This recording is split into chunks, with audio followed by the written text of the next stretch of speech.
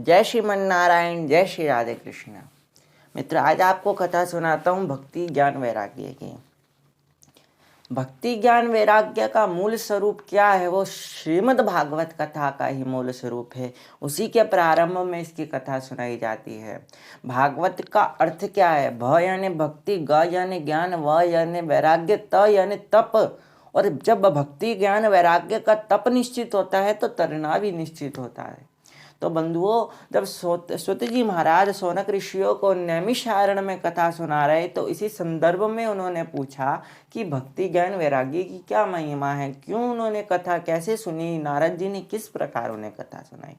तो सुनाते हैं कि जमुना तट पर विराजमान भक्ति ज्ञान वैराग्य होते हैं। नारद जी कलयुग का भ्रमण करते हैं कि कलयुग की क्या दशा है, कलयुग का हाल बुरा है।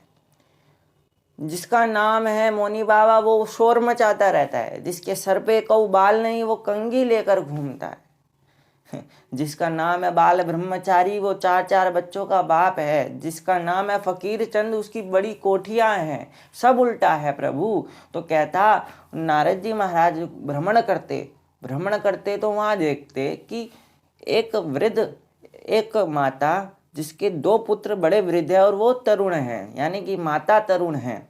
तो पूछता जाके, माता क्या प्रॉब्लम है आपको, क्या दिक्कत है? कहते ये आप मेरे आजू बाजू देख रहे हो ना, ये गंगा, यमुना, गोदावरी, सरस्वती, कावेरी, ये सब नदियाँ मेरा झाड़ा कर रही हैं, सब मेरी चाकरी हैं। और फिर क्या?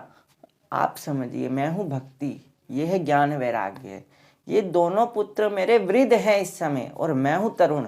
और आप ही देखिए, ऐसे समाज में जाएं और समाज में कहें कि माँ तो बहुत जवान है और बेटे बूढ़े हैं, तो कितना शर्मनाक किस्सा सुनने को मिलता है, कितना शर्मिंदगी महसूस होती है।